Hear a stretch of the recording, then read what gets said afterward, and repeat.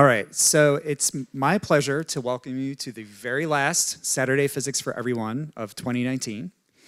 And you're in for a real treat today. So today's speaker is Professor Paul Selvin. So Paul actually had a career as a science journalist and science writer before he came to the university in 1997. And Paul is a biophysicist. And what a biophysicist does is study the physics of living things. So today, Paul will tell you about a variety of topics, and I've learned a lot from him and his students over the years about things like molecular motors, which are responsible for transporting materials, large packages of materials, around the cells in your body, making life and your metabolism possible. And Paul is also an expert in imaging and optical techniques and taking pictures of tiny objects and finding their position much smaller to a much finer degree than you think would be possible. And with no further ado, I'd like Paul to take it away. Thank you, Brian. Can everyone hear? No? There we go. Okay, good morning. Hey, very good. I like it. I like knowing that the audience is awake and involved.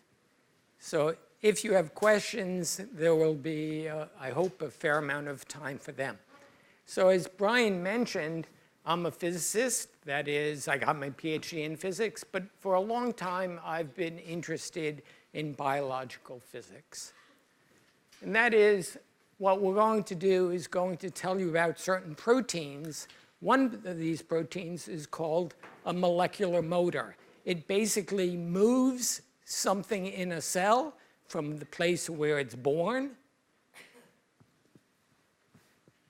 to the place where it's actually going to do its job.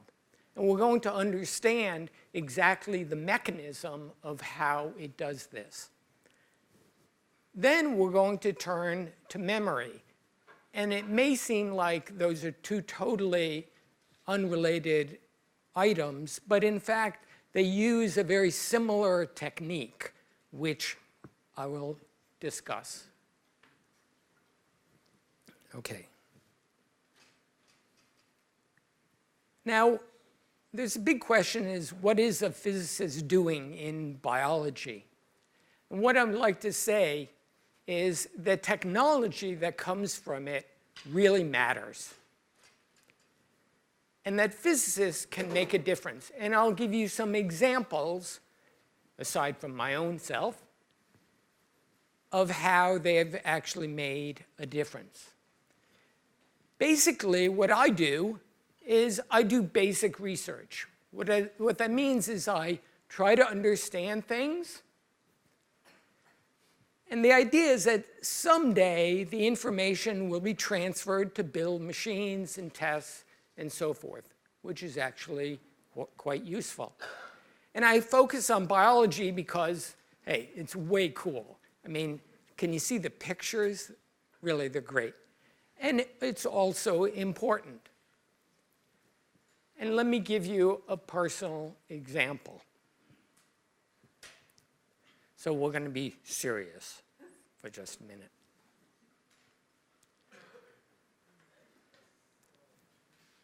Back in 2003, I was hit by a car. Bummer. What happened is I had a stroke. Basically, there was a brain bleed. And in particular, I had a brain bleed right about in my basal ganglia. What we'll learn by the end of the talk is it did not,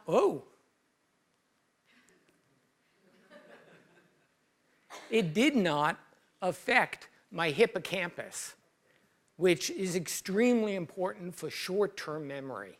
And I'll give you an example of that. Also, because I was hit by a car, I should mention, I was wearing a helmet, and the cop who picked me up off the ground said, actually to my wife, it's a damn good thing that you were wearing a helmet because that's the only way that you are alive today. So everyone, wear a helmet.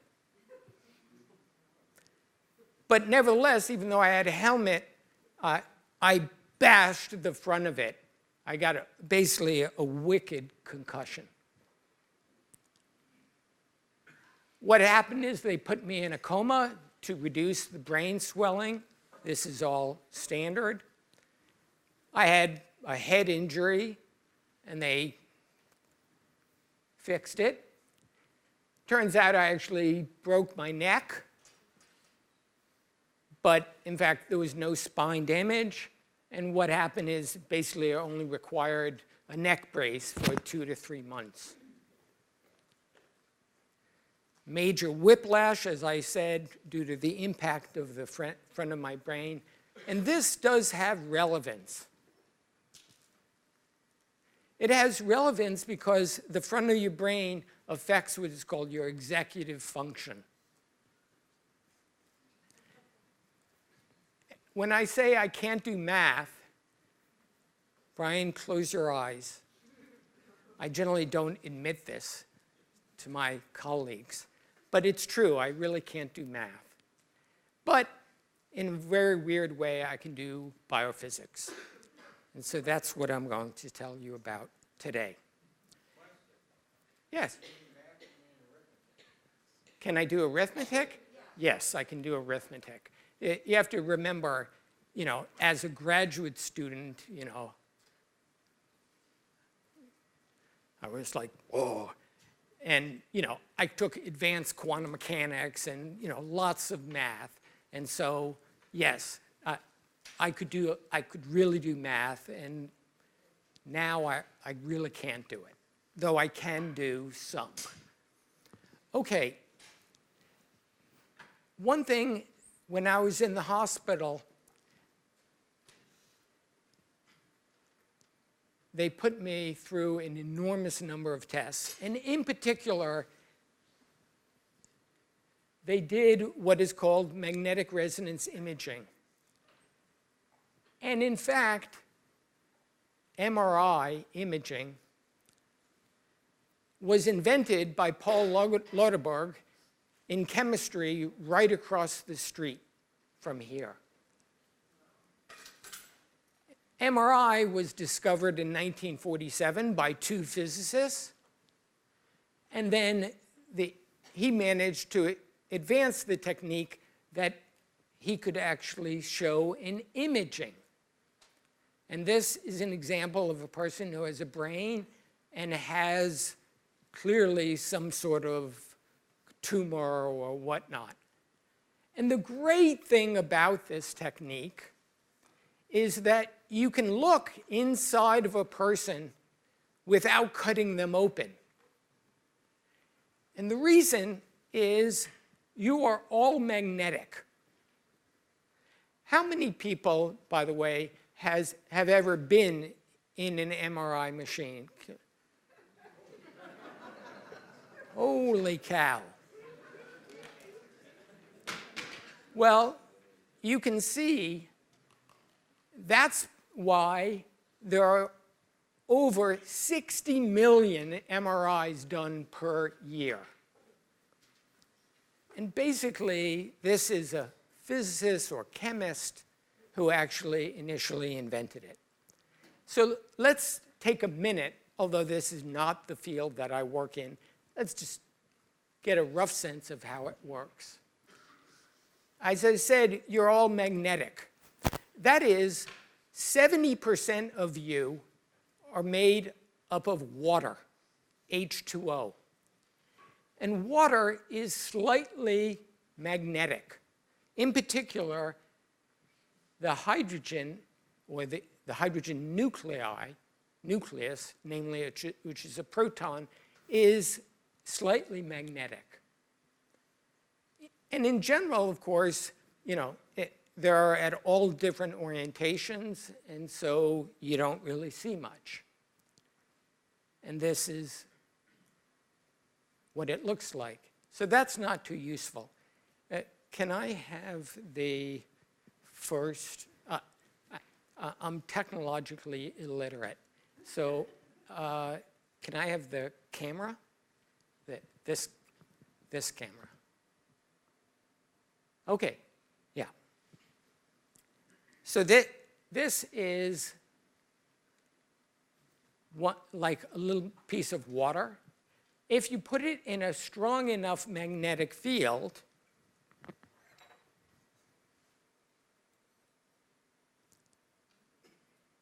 you'll get it aligned. So that's one of the first things that the MRI does. And in fact, you can see this is wiggling. And now it wiggles even faster. So what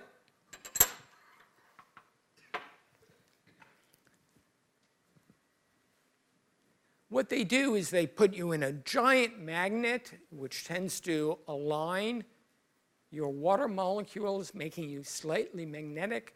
And then they put another magnet either in the X, Y, or Z direction, and it changes slightly how these protons wobble.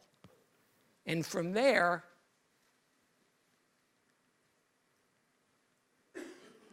they can get beautiful images, like your brain. This is in the other direction. Here's your two eyes. And in my case, they did an MRI because they wanted to see, did I have a brain lesion? And the answer is yes. Notice that ordinarily the brain is naturally extremely symmetrical, same on the left and same on the right. However, I had a bleed, and so a bunch of nerves died, and they had what is called, I had a brain lesion. Now, mostly I recovered from it.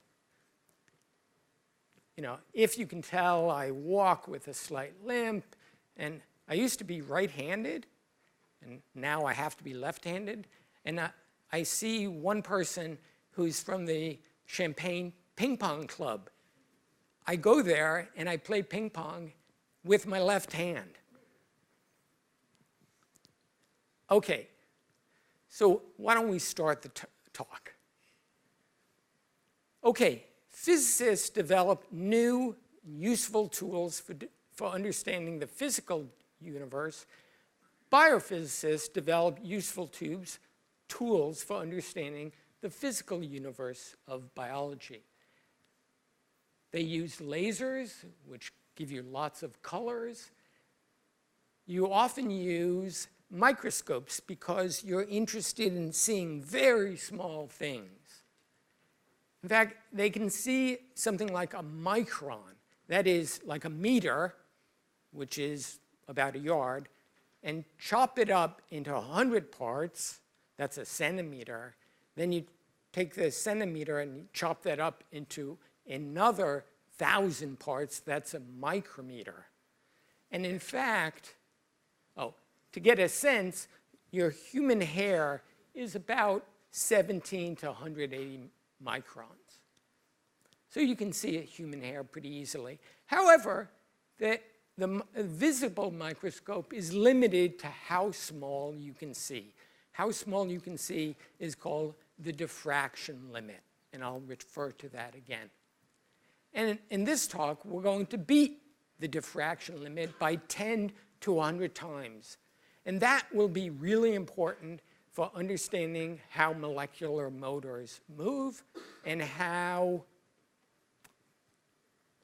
damn, what's that word? Oh, do I have Alzheimer's? No, not yet. But it turns out that going to these very fine scales, we can understand or potentially understand Alzheimer's, and maybe somewhere, someplace, after lots of money, someone will develop a drug for it. Okay, first thing you do is you look at a cell, and you see kind of gross, ugh. However, if you use a fluorescent dye, you can see the cell in great detail because some dyes label the nucleus, other labels other parts, and still other labels yet further. So we're going to be talking about a lot of fluorescent dyes. And it turns out in your body there's about 40 trillion cells. Among those trillion cells, there's about 200 different types. Obviously, a heart cell is different than a brain cell and so forth. And each organelle and cell and subcellular organelle is different. And we want to see them individually working, ideally alive, at the smallest scale. And largely, this is funded by the National Institutes of Health. And I tend to remind my students of who's funding it. And I always say the National Institutes of Health. So somewhere there should be some health-related implications. Okay, so now I'm going to give you a little bit of a demonstration. Okay, first thing, is it kind of cool in here? Not really, but we'll pretend.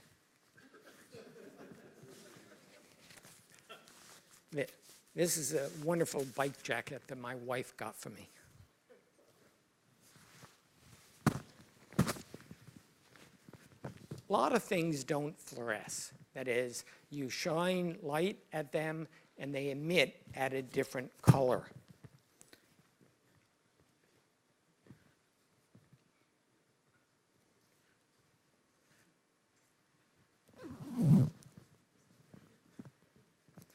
Look at this.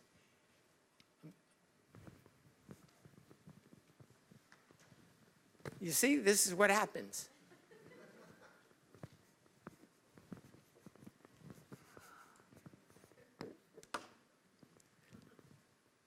Can you see me? Okay. What's that? That's right, because my head doesn't fluoresce. And in fact, that's fairly common. So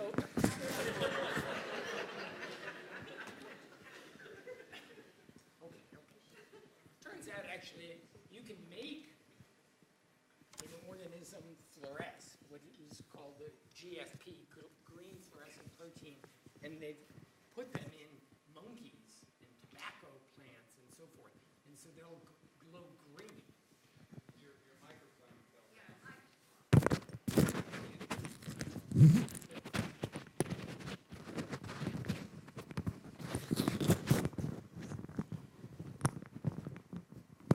How's this? Okay.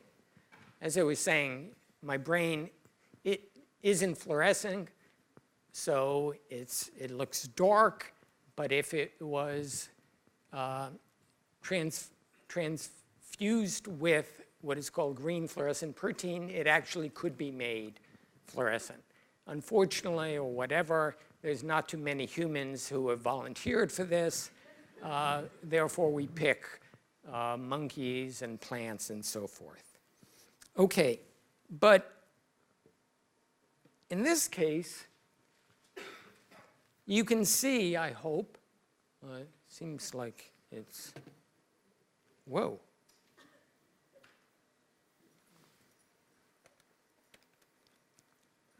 This is why we pay her the big bucks.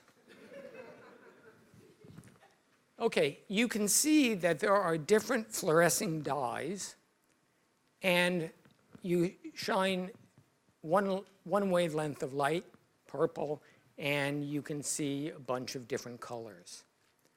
And furthermore, not only can you, could I get this?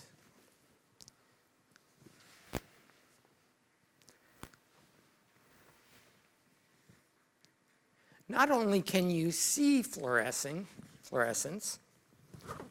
but in fact,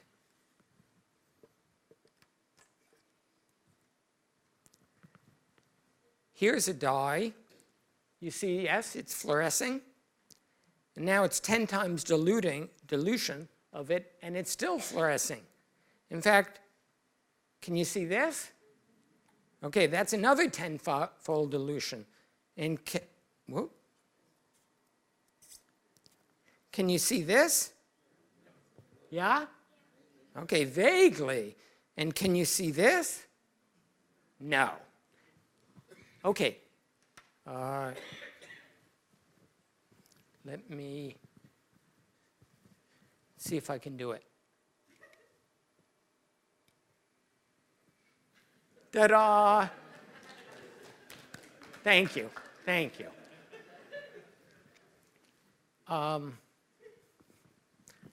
Okay, so we have a bunch of fluorescing dyes. They can emit at multicolors. We have different lasers, which I actually didn't show you, that can excite them. And you can see very small amounts.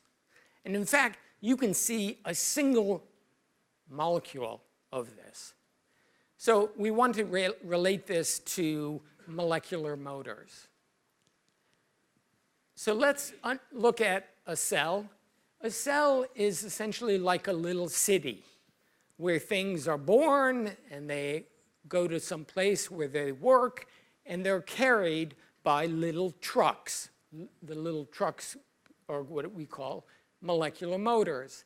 And in fact, these trucks walk or move on particular types of roadways.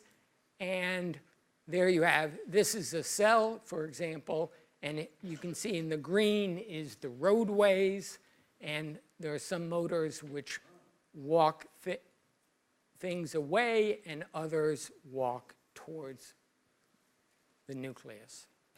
Okay, so now I'm going to give you a little video, which I think is worthwhile. Just remember, for the video, the microtubules are also called the cytoskeleton. And the proteins must move along these. Could you repeat that? I can't hear you. Sure.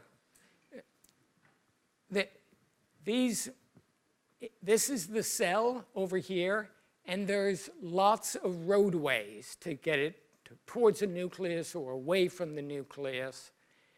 And these are called microtubules, which is the name of the particular roadway that we're talking about. And in particular, these are also called the cytoskeleton, okay? Just because he's going to use the word cytoskeleton. So proteins have to move on the cytoskeleton.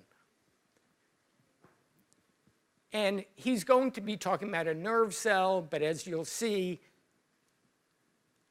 this applies to essentially any type of cell. Okay, ready? Oh, man. Okay.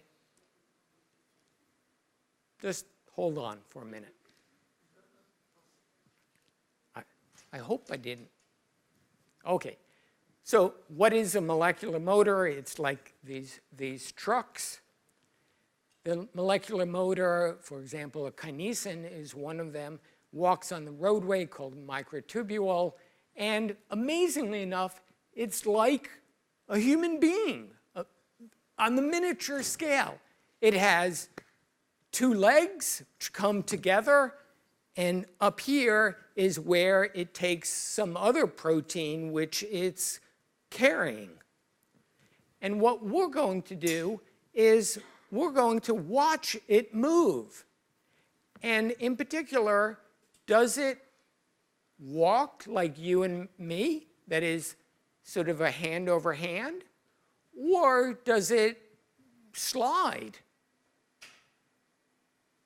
Any guesses?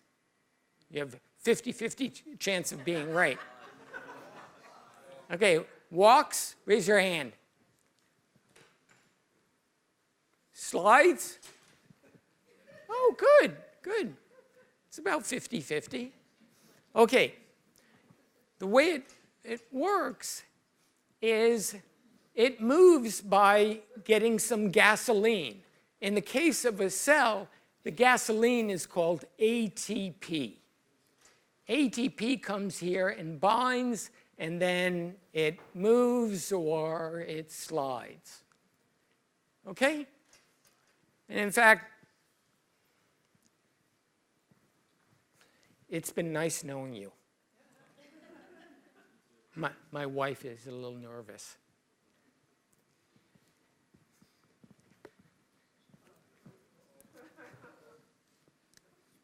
Bye-bye. I'm going to be like a little molecular motor eating some ATP. Still there?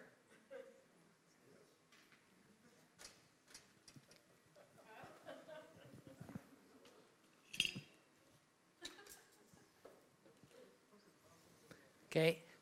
Boy, I haven't had lunch. I'm going to eat some.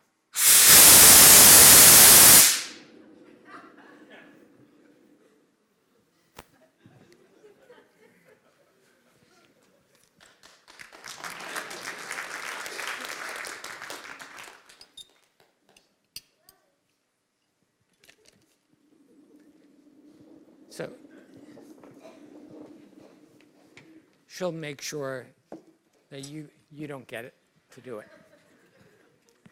Okay, so it turns out that how fast the thing goes is a question of how hungry it is. How much ATP can it actually eat? Okay, and by the way, these are involved in just about every cell. For example, when it undergoes mitosis, it's going and splitting. These are microtubules, and there's dynein and kinesin pulling on the chromosomes, separating them apart. If you still wait, there we go. And you eventually have two cells. Or they're involved in neurons. What you see, they're moving up and back. They're involved in muscle, contracting, or they're involved in hearing as well. Turns out there's another molecular motor called myosin 6, where if you're born with a mutation in myosin 6, you can't hear anything. Okay. What? They travel through the cell using the cytoskeleton.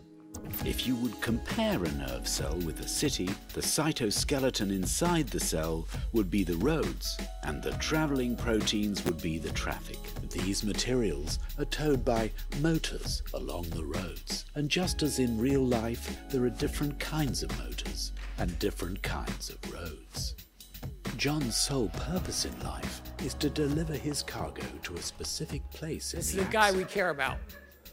He takes the main roads, and Okay, so we are going to look at this little guy, and this little guy is apparently walking hand over hand.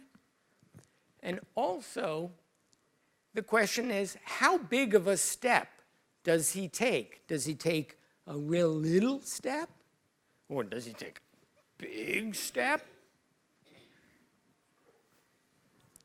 Or does he do this? Okay, so that's the question. How big is this step? Turns out the step is very small. This is all within a cell, and what really counts is the nanometer scale. Not the micron, which you maybe think is small, but a nanometer is 1,000th the size of a micron. Ordinarily, you can't see that.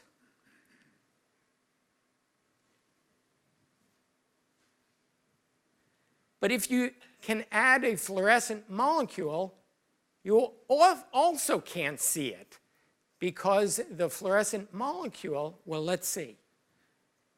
This is like a molecular motor. And let's say we wanted to see how the back one moved.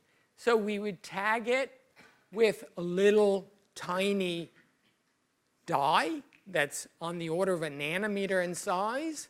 Then we're going to shine light at it, use a really sensitive detector so we can actually see the emission from that dye. However,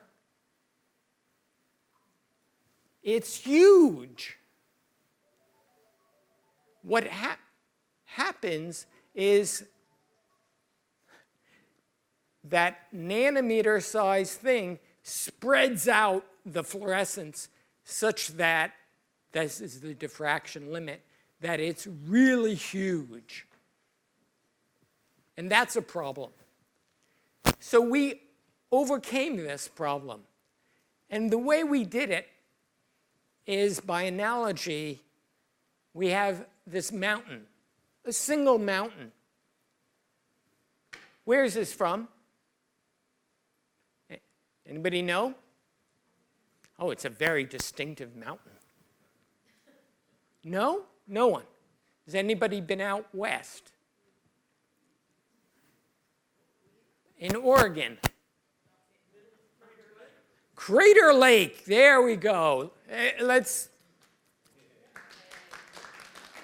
Have you ever seen it? Many years ago. I still haven't seen it. Okay, nevertheless, in this case, you're looking at it with plenty of photons hitting your eye. It's nice and sunny out. The width may be a half mile big.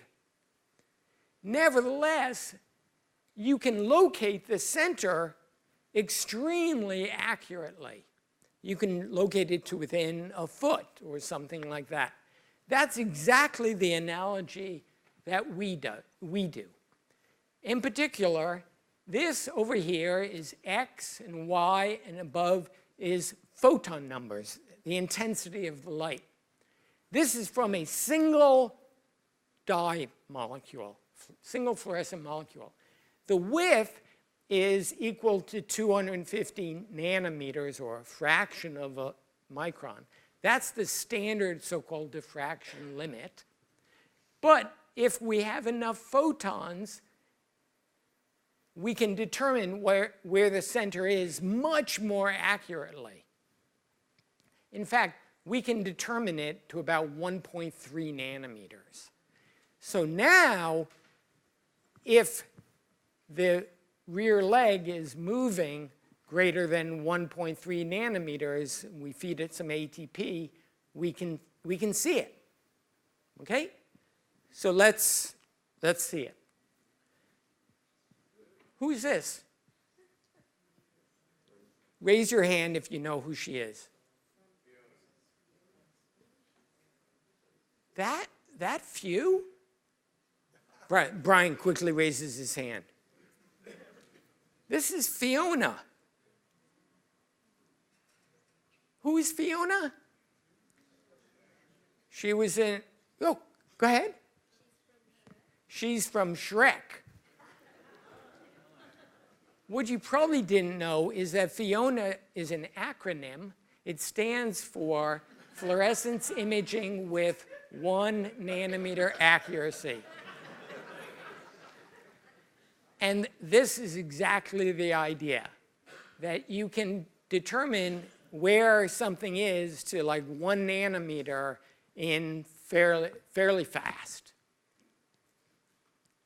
Okay, so in this case, we're going to burn some gas, ATP, and how far does the kinesin go?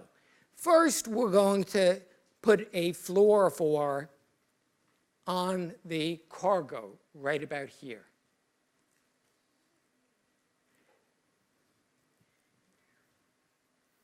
So this is it. Then the microtubule that it walks on. Over here, you can see a single one. We give it a little bit of gas, and it walks. Isn't that amazing? And now we can actually see an individual step. That is, here it's sort of sitting, waiting for an ATP. Oh, it got an ATP. It moved, and then it waited just a little bit of time before it got another ATP, and it moved, and then waited and moved again. And what we can do is we can see what is the average step size.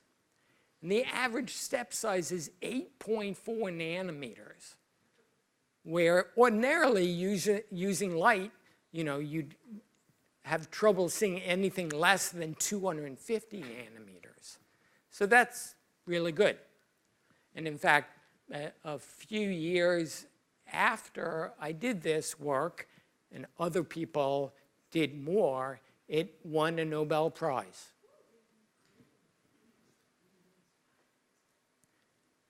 By the way, yes, I'm disappointed that I didn't win a Nobel Prize. But in fact, this was very well recognized, and I got lots of pats on the back. Okay, so now the only question, so we've said this moves by 8.4 nanometers right over here. Then, if we want to tell, does it walk or does it slide, we can do the following. That is, we can put it, the fluorophore, on the foot. And then this guy moves 8.4 nanometers. This guy actually doesn't move at all. And then it moves twice that, 16.8 nanometers. This moves 8.4 nanometers. This doesn't move. And this moves 16.8 nanometers. So it goes 16.8, 0, 16.8. In fact, we did it by putting the fluorophore right over here. And in fact, the cargo, that is this, moves at 8.4, and this one moves at 16.8. So in fact, kinesin walks just like you and me. And it's true of almost all of the molecular motors. Not quite. Okay. So in fact, what they've done is they've made a nice movie, and this is the kinesin with its two heads walking along the microtubule. And kinesin can carry very large complexes, like an entire mitochondria, for example. Okay, so other motors generally are kind of weird. They take back steps. They take variable steps. And so we have an analogy done by Monty Python.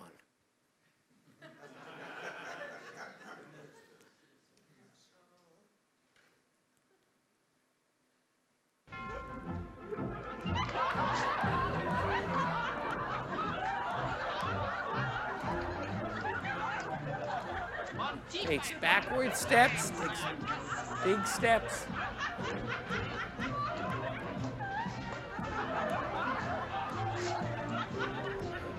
All right, well.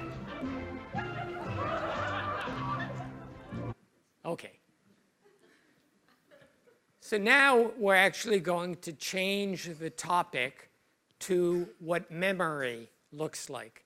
It turns out that we'll be using the same technique called Fiona, but we'll be asking a different question.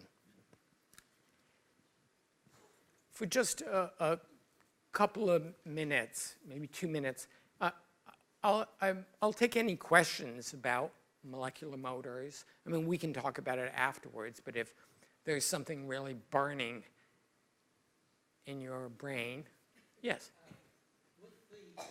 How much ATP is given to each motor at that time, and how does it refill? Okay. Very good question. How much ATP is there, and how does it refill its tank? It turns out that there's a lot of ATP in the cell, so it basically can take it at any point. It diffuses in. And after it takes the ATP and burns it, it then throws it away, and the pocket, the tank is empty, and another ATP just comes in by diffusion. How does the kinesin or the molecular motor stay attached to the roadway? Actually, that's a very good question. It turns out that there are some positive charges on the kinesin and some negative charges on the microtubule of the roadway. And so it tends to stick, but it's not so strong that, at least with the help of ATP, that it can still move and break that to form again. It's a very good question. Yeah, last one, and then we'll... Activators other than just the ATP being available that say go or not go? Yes, in fact, there are. It turns out that whether a protein or some other protein which needs to go from where it's born to where it's going to do its stuff, that's the cargo, is actually an extremely important, the timing of this is very important. And in fact, it is the subject of much study because neurological problems happen because of it. So yes, in fact, there are other molecules that bind to kinesin or the molecular motor, which tends to make it active or inactive. Very good. Okay.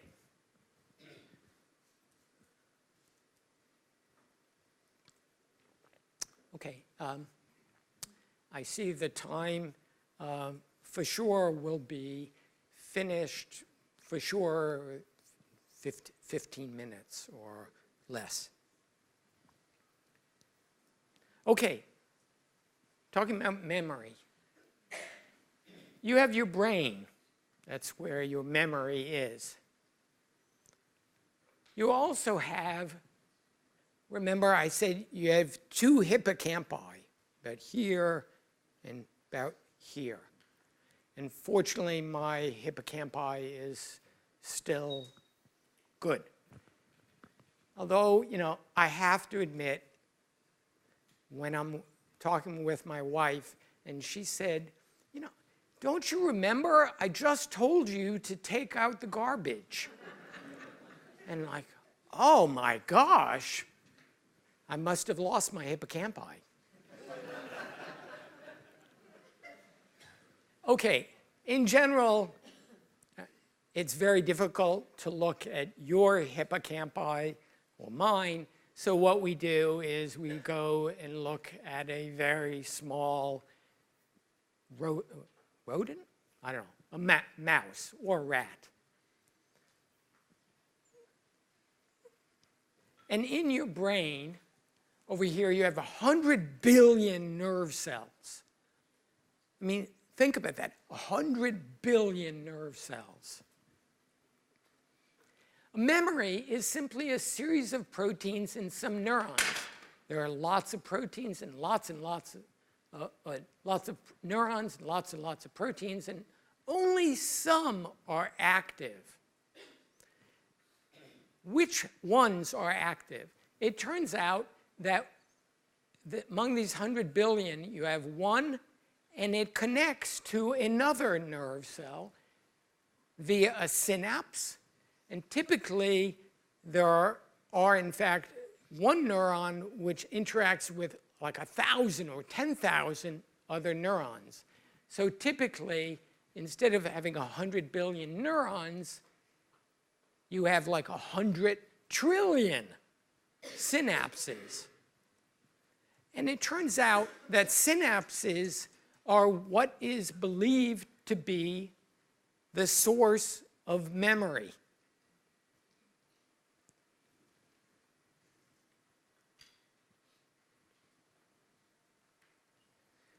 How do we know this? What happened is there was a famous guy who's known during his lifetime as HM, and he had terrible epilepsy as a child and as an adult. So they did an operation on him, and they removed his hippocampi. Wow.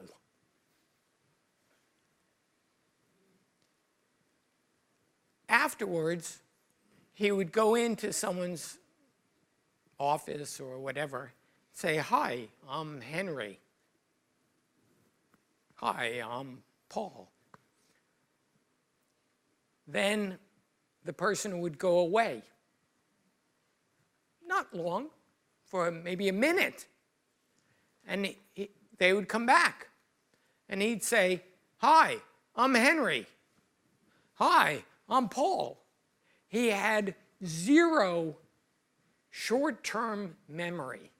Though interestingly enough, he could remember things from his childhood.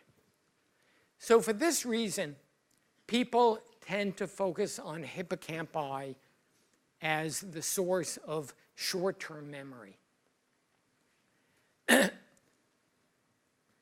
So what I'm going to tell you is we are looking for the source of memory. Everybody take a look. Yeah, you see my face? Do I have a beard? Raise your hand. I can tell who's going to be sleeping. Do I have a beard? Okay, you just decided not to raise your hand. Okay, so what happened is by being just in front of you, you recognize that I have a beard, and you still recognize it, and still recognize it. So somehow I have made a biochemical change in your brain. Yes? I want to understand which synapses have changed. A little light bulb, let's say over here, or over here, or over here, is the key, or is one possible key. Okay? And it turns out that the critical protein is called an AMPA receptor. What happens is these AMPA receptors lie right here in what's called the synapse, which is very small, 20 to 40 nanometers. And the more AMPA receptors there are, the stronger the memory you have. So apparently, when you saw my beard, a certain number of AMPA receptors moved into the synapse, and then you remembered it. And now, a week or 2 weeks, maybe a month from now, you're not going to remember that I had it. Right? Not necessarily. You always get the person, yeah, I'll remember it like 1 year from now. Okay, so what is happening is while there was initially a bunch of AMPA receptors that moved into the synapse initially, and then after a while they move elsewhere, either internally or somewhere other than the synapse. And my goal is to be able to detect the AMPA receptors in the synapse, and then after you learn something, you'll have more AMPA receptors in the synapse, and then with time or with forgetting, you'll have less. We have not done this, but we've made a reasonable start. And in fact, so just to get oriented, this is the synapse. Here's the synaptic cleft. The AMPA receptors are in red, and just so we know where things are, we label this, actually, sorry, we label it with blue. And what we can see it actually in 3 dimensions. And what we can see is here's the AMPA receptor floating around and being in the synapse right where we expect it. So that's good. So now the only question is we can measure this, find out the number of AMPA receptors that are present. Then we train a mouse. For example, you train it by foot shock. Every time he takes a left step, he gets a shock. And then you look at his brain and you determine the number of AMPA receptors. And in many cases, the AMPA receptors won't have changed because your brain is doing a lot of things. It's keeping you walking, keeping you breathing, keeping your heart going, and so forth. But there will be some areas that have changed. Okay, and so what we've done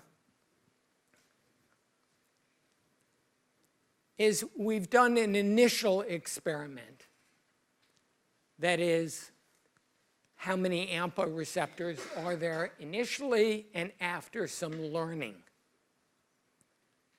We actually, turns out, cause it to learn via a chemical which simulates learning. We haven't done the actual experiment. And this is what it is. And in green are the AMPA receptors initially. And it turns out that there's 30 AMPA receptors per synapse. Then we cause it to learn.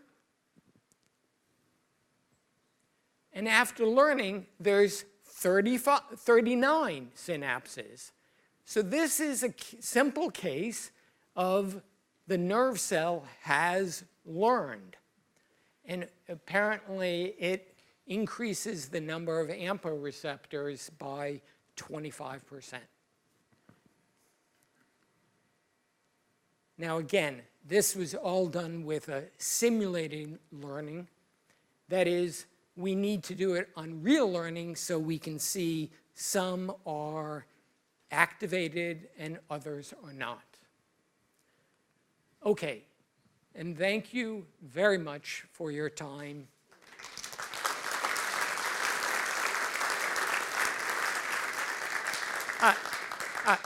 I want to say one more thing that's really great about this job. First, I get paid. Second, I get paid to basically just think about what I happen to be interested in. Third is I get to go around giving talks to people like you and tell about all of the interesting, great work that I have not done. The people actually who did all of these experiments are my graduate students and postdocs. And they really deserve a hand.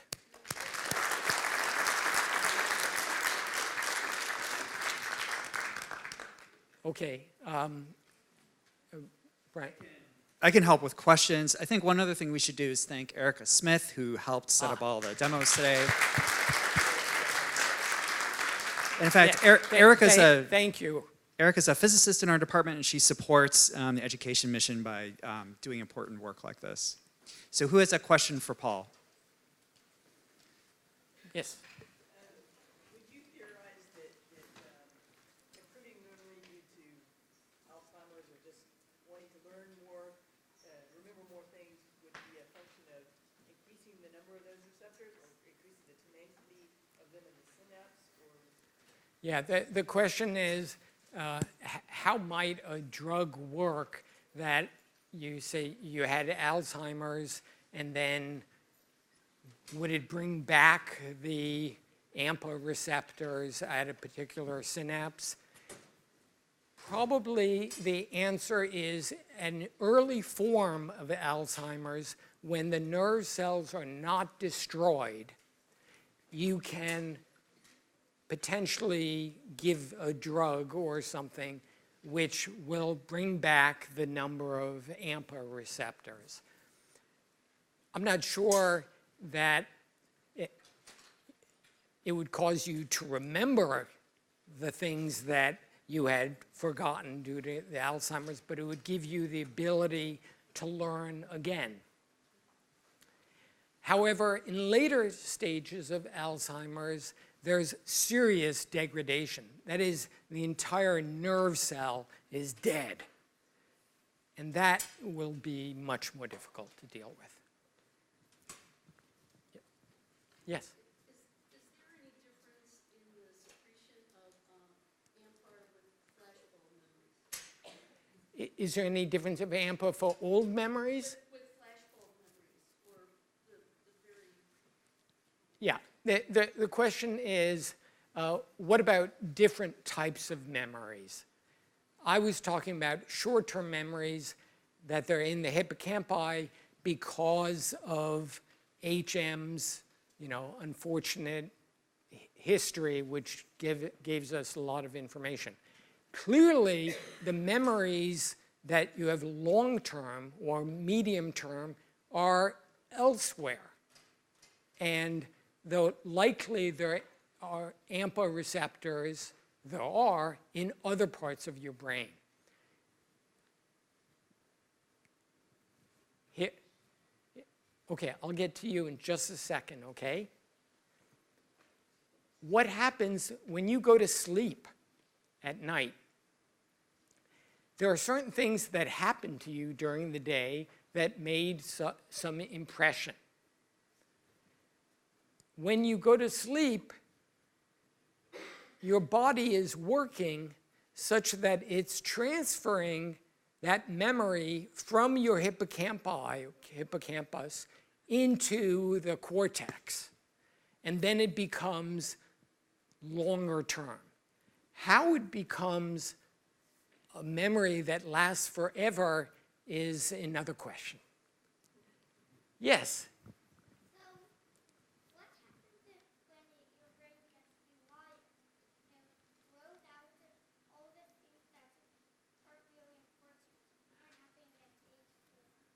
Oh, very, very good question. How old are you?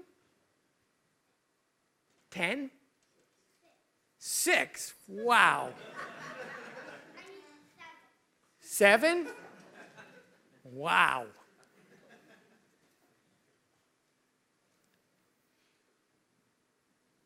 By the way, at 7 years old, your brain is as big, pretty much, as it's going to be.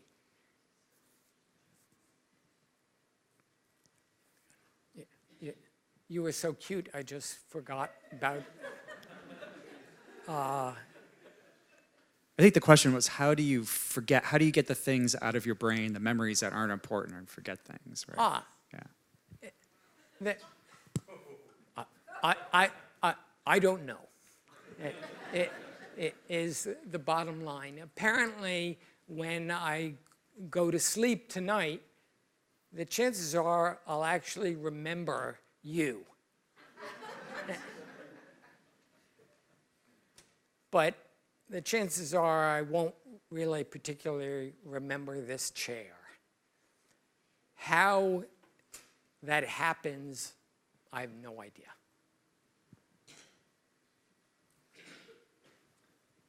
Questions over there. Okay. Yeah, what does AMPA stand for, and is it considered a neurotransmitter like serotonin and dopamine? What does AMPA stand for? I don't know. But wait, I see one of my graduate students, Sarab. Do you know what AMPA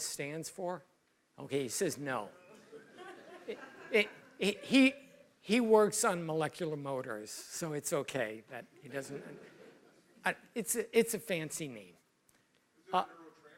No, it is not a neurotransmitter.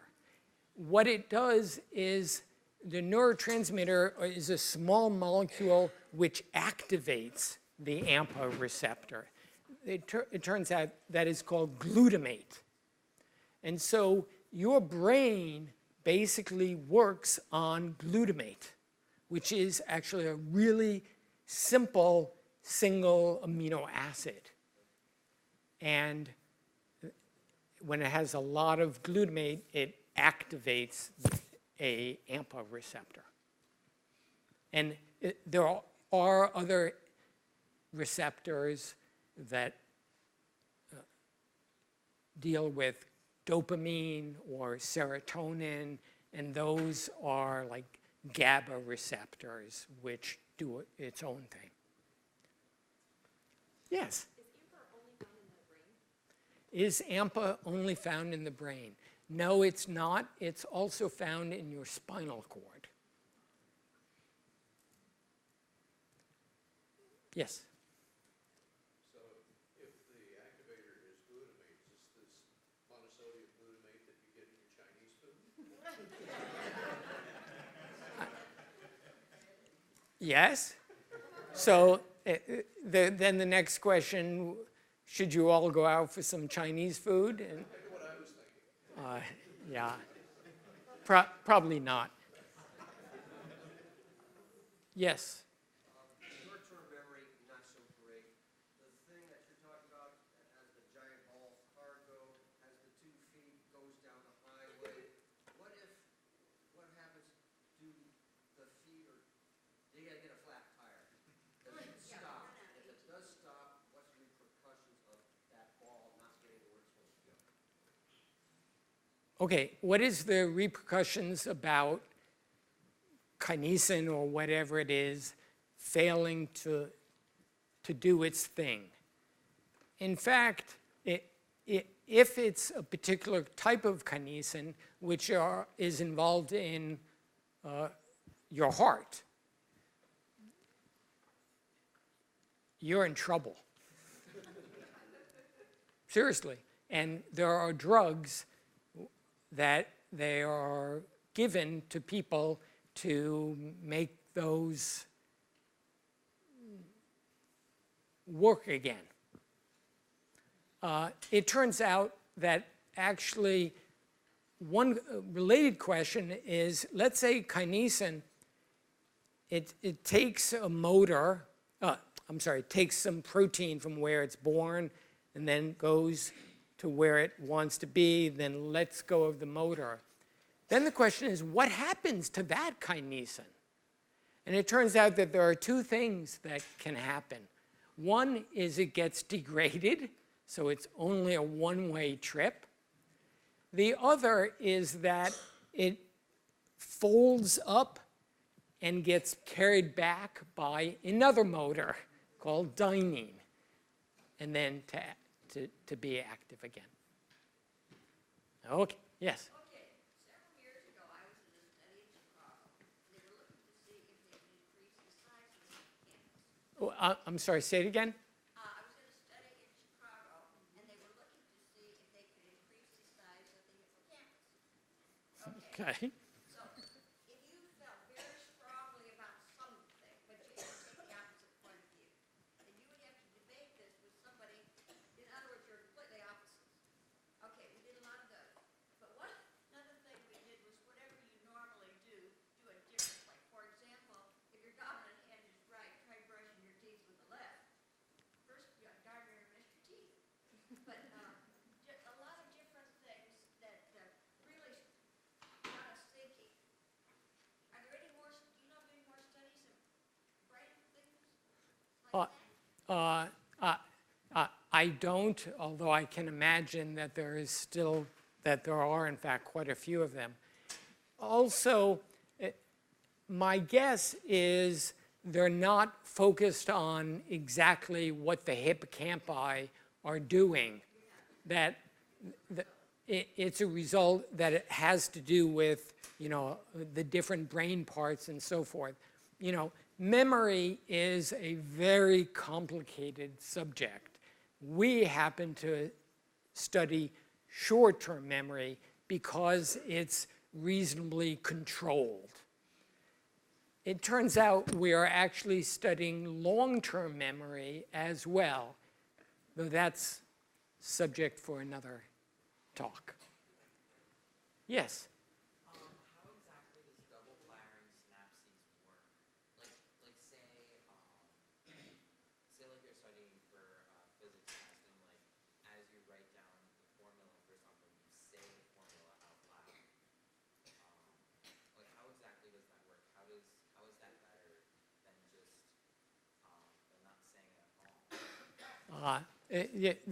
There is a question about learning, and some cases things are very visual, other times they're auditory, sound, and sometimes they're both. And it turns out that actually it's well known that some people are auditory learners, some are visual learners, and some are both.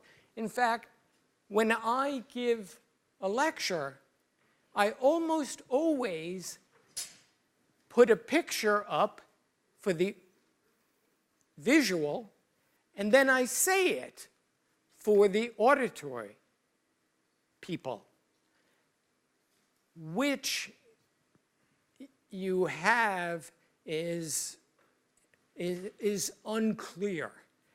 And in fact, how well you can retain something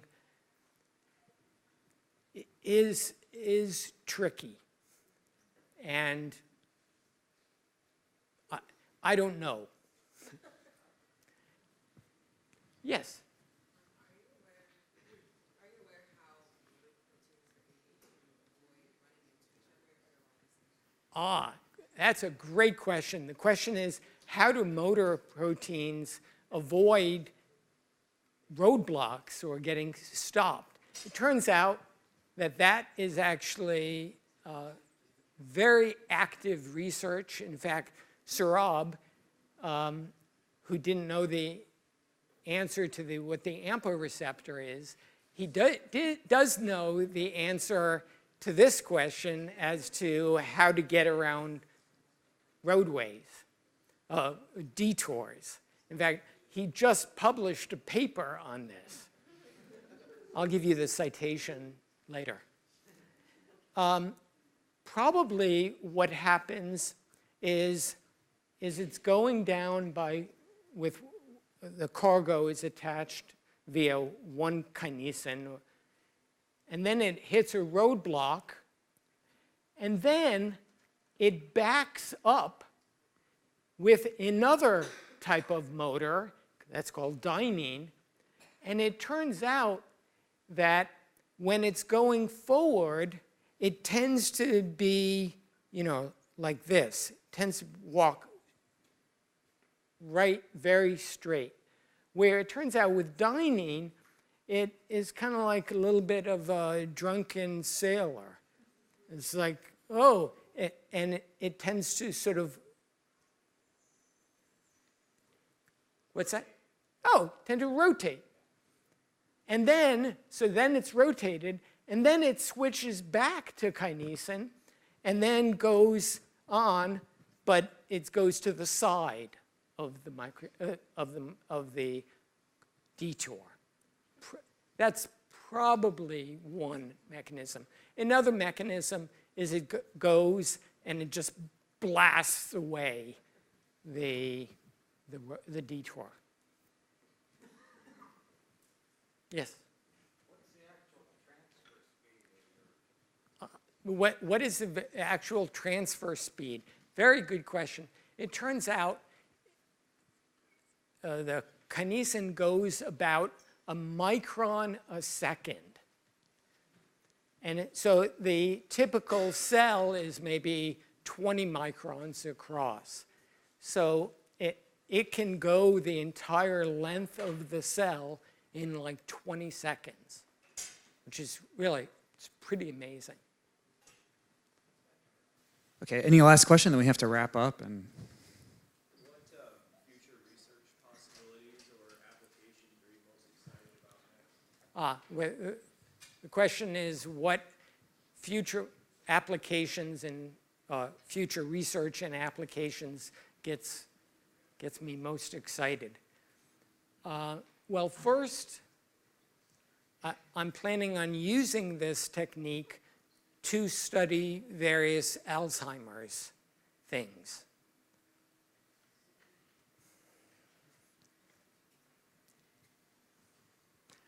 Another thing that I've started on is looking at long-term memory.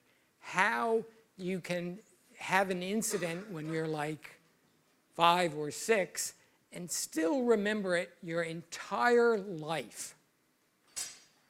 And that is clearly a completely different regime. Yeah. okay, so I think we should do 2 more thank yous. One is we should thank Patrick Schneider. Put your hand up. So he's a staff person in the department. So he's a person responsible for organizing this, and he's the person who got you the coffee and pastries this morning. So, and then thanks to Paul, right, also for such a great talk.